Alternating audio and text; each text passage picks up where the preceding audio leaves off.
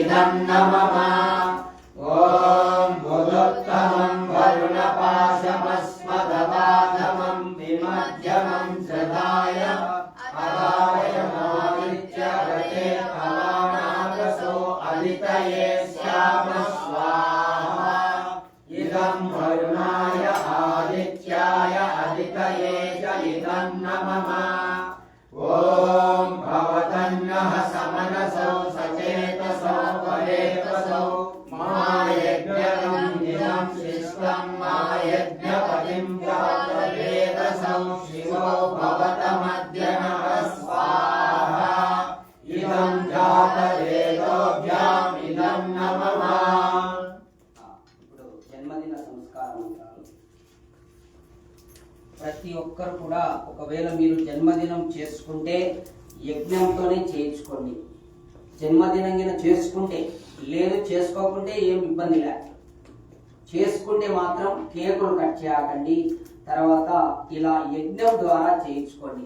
అప్పుడు మీకు మంచి జరుగుతుంది. దీపాలు ఆర్పడము అట్లాంటివి చేయకూడదు.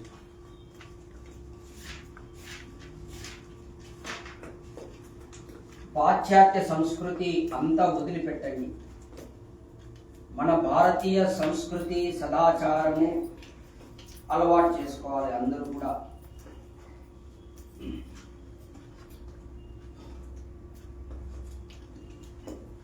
మీరు సామాగ్రి నెయ్యి వేస్తా ఉండండి కంటిన్యూగా.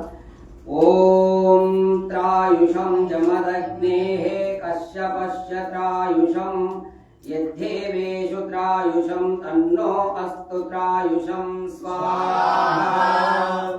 ఓం తచ్చక్షుర్దేవహితం పురస్తాశుక్రముచ్చరత్ పశ్యేమ శరదశ్శతం జీవేమ శరదశ్శతం శృణయామ శరదశ్శతం పబ్రవామ శరదశ్శతం అధీనాశ్యామ శరదశ్శతం భూయశ్చ శరదశ్శతా స్వాహా.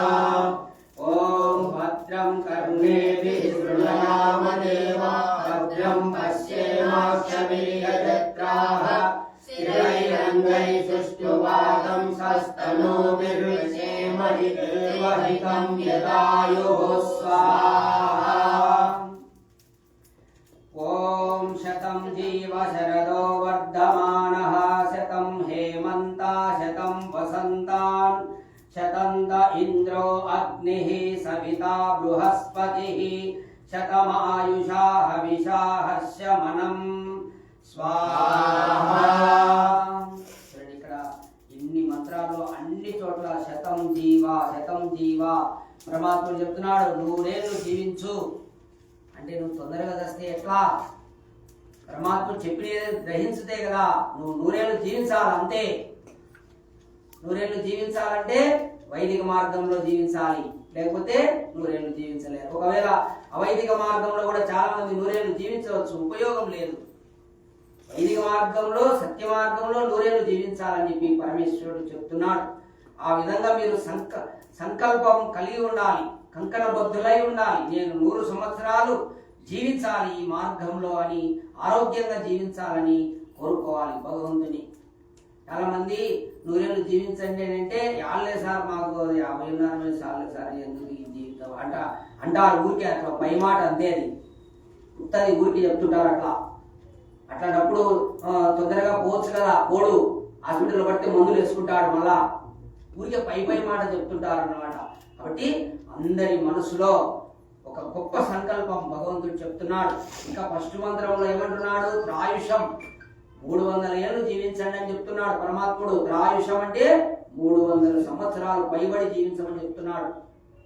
మన పూర్వ ఋషులందరూ 300 ఏళ్ళు జీవించారు. అది వ్యాస మహర్షి 350 సంవత్సరాలు జీవించాడు. కాబట్టి ఆ విధంగా మీరు ఒక గొప్ప సంకల్పాన్ని కలిగి అన్ని సంవత్సరాలు కూడా శ్రేష్ఠ కర్మలను చేస్తూ భగవంతుని యొక్క ఆనందాన్ని అనుభవిస్తూ జీవించాలని చెప్పి పరమేశ్వరుడు చెప్తున్నాడు. గుర్తుపెట్టుకోండి. ఈ విధంగా ఇదంతా మనకు స్ఫూర్తి అన్నమాట. జన్మదినం రోజు ఇటువంటి మంత్రాలు చదువుకొని